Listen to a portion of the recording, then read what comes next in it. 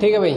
अब देखो प्रश्नावली 3.4 का अब हम पढ़ेंगे दूसरा प्रश्न। पहले के 4 भाग थे, पढ़ लिए, अब हम पढ़ेंगे दूसरा।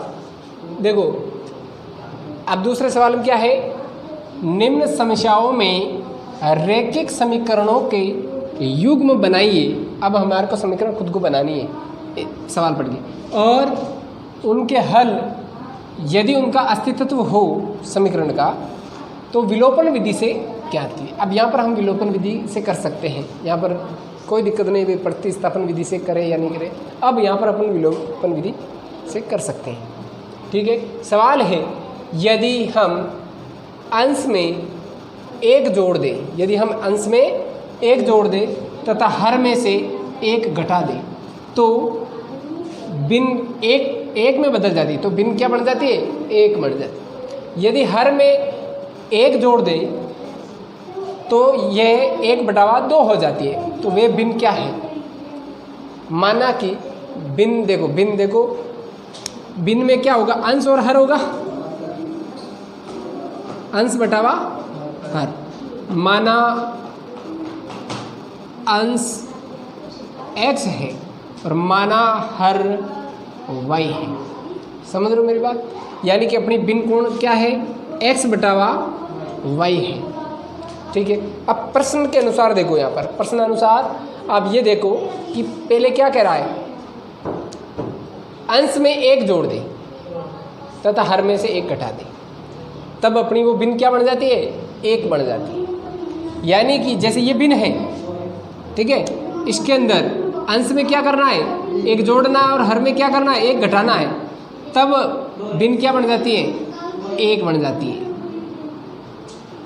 सवाल कह रहा है, सवाल के अकॉर्डिंग समझो आप, सवाल कह रहा है अंश में हमने क्या जोड़ा, 1 जोड़ दे और हर में से यानी हर में से 1 घटा दे तो भिन्न जो है 1 में बदल जाती है, मतलब तो भिन्न आंसर क्या निकल के आ जाता है, 1।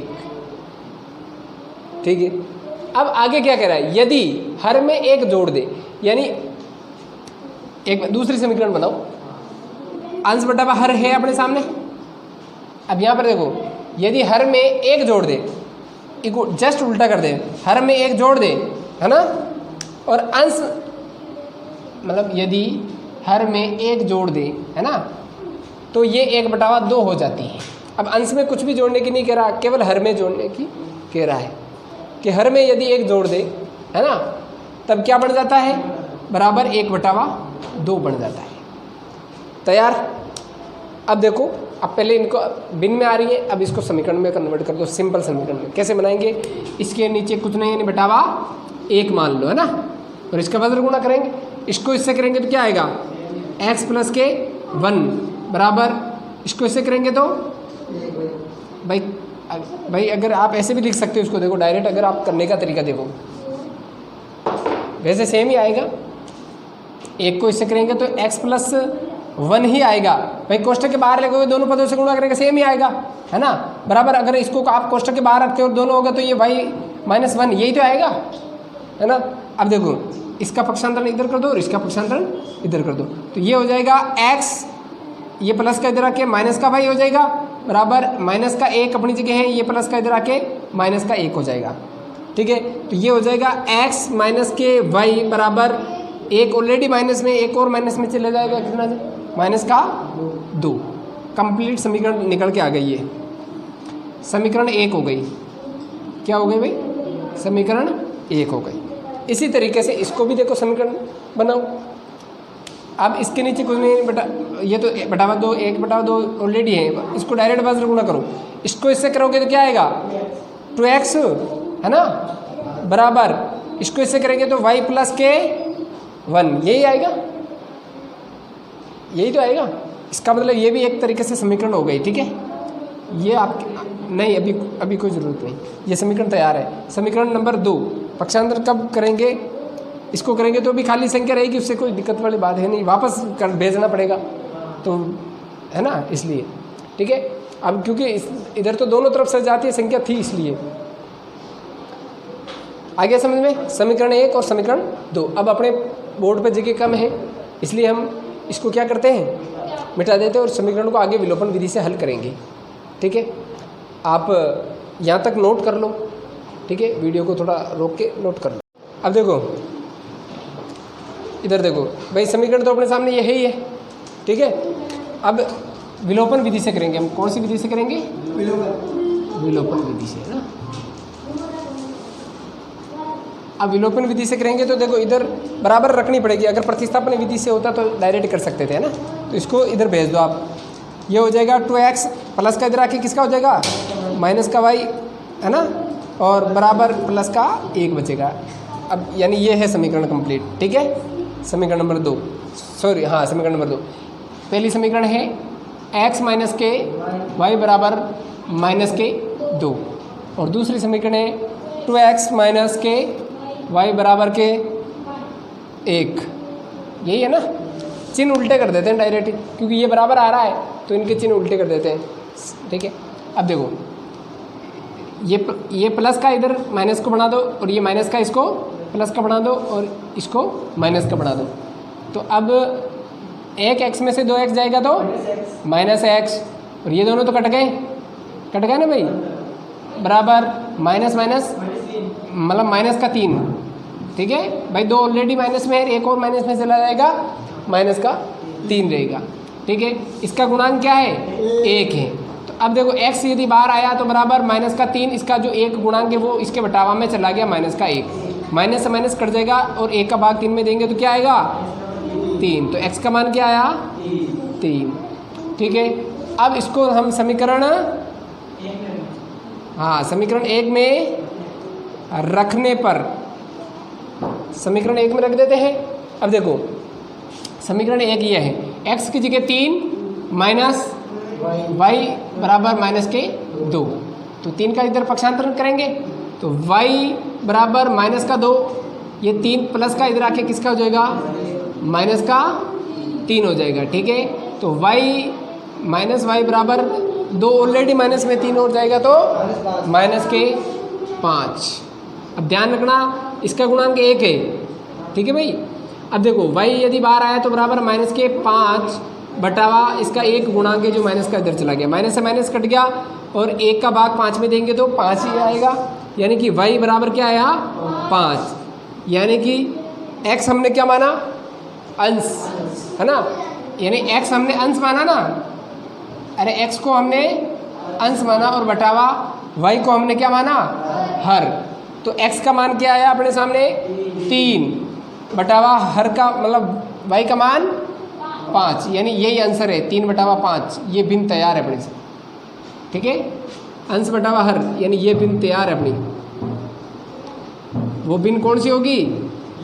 ये वाली होगी, 3 बटावा 5, यही आंसर है, ठीक है भाई। समझ में आ गया? ओके हाँ भाई, चलो देखो इधर देखो, प्रश्नावली 3.4 सवाल है दूसरे का दूसरा। अब देखो यहाँ समझे, 5 वर्ष पूर्व नूरी की आयु सोनू की आयु की 3 गुनी थी, ठीक है। और 10 वर्ष पश्चात नूरी की आयु सोनू की आयु की 2 गुनी हो जाएगी। और सोनू की आयु तो मतलब नूरी और सोनू की आयु कितनी है ना, ये निकालना है। तो अभी इनकी जो वर्तमान आयु है समझ लो, जो देखो नूरी की है ना, नूरी की वर्तमान आयु है ना, आयु जो है माना कि x वर्ष है, और सोनू की जो आयु है माना हम कि बराबर y वर्ष है, x वर्ष और y वर्ष, ठीक है। अब बात ये कर रहा है 5 वर्ष पूर्व की बात। 5 वर्ष मतलब जो वर्तमान आयु उसमें 5 वर्ष घटाएंगे, पहले भी हमने सवाल पढ़े हैं, वैसे ही है। अब देखो वर्तमान आयु यानी x वर्ष में से हम 5 वर्ष घटा देंगे तो 5 वर्ष पूर्व की आयु आ जाएगी नूरी की, ठीक है। इसी प्रकार से y वर्ष में से 5 वर्ष घटा देंगे तो ये सोनू की आयु आ जाएगी, है ना। 5 वर्ष पहले की आयु नूरी की और 5 वर्ष पहले की आयु सोनू की, ठीक है। दोनों की आयु आ गई 5 वर्ष पहले वाली, ठीक है। अब अगर यदि हम ये इसको ऐसे लिखे x माइनस के 5 बराबर y माइनस के 5, तो क्या ये दोनों बराबर हैं? नहीं है। क्यों? क्योंकि 5 वर्ष पहले नूरी की आयु ऑलरेडी 3 गुना बड़ी है, तो इसको बराबर करने के लिए क्या करना पड़ेगा, इसको 3 से गुणा करना पड़ेगा, है ना, इसको 3 से गुणा करना पड़ेगा, ठीक है। 3 से गुणा करेंगे तो अब इसके बराबर है, ठीक है।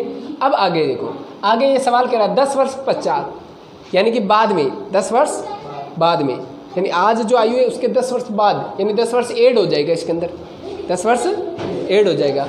तो हम देखो x प्लस 10 वर्ष और ऐड कर देंगे तो ये 10 वर्ष बाद की आयु हो जाएगी नूरी की, ठीक है भाई, है ना। और y प्लस के 10 दोनों में जोड़ देंगे तो ये हो जाएगी सोनू की 10 वर्ष बाद की आयु हो जाएगी। यहाँ तक क्लियर है, ठीक है।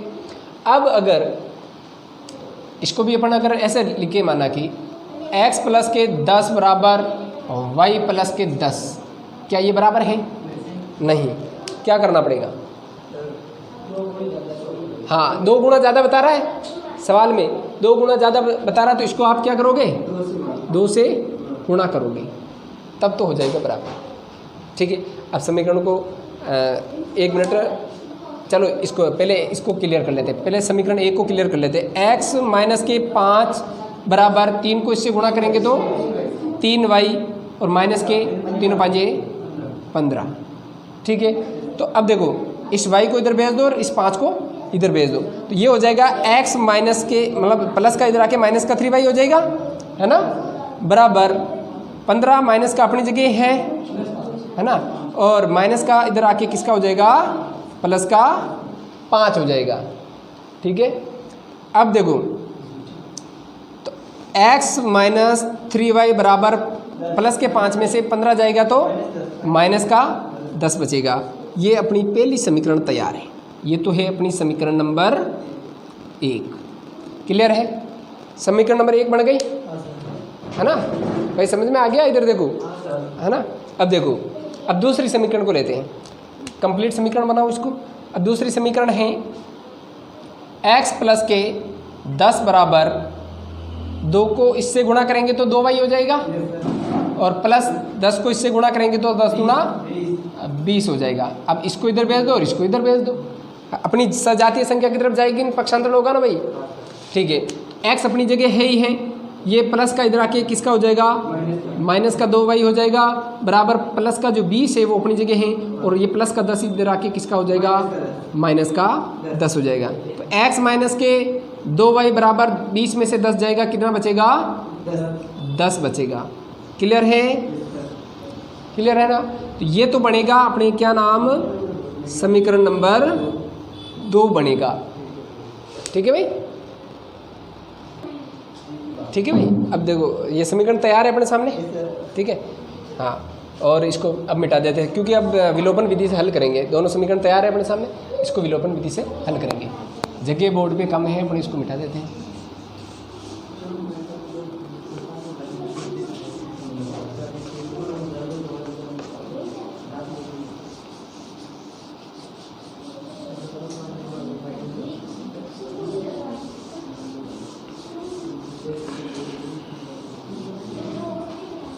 चलो भाई, दोनों समीकरण को लिख देते हैं।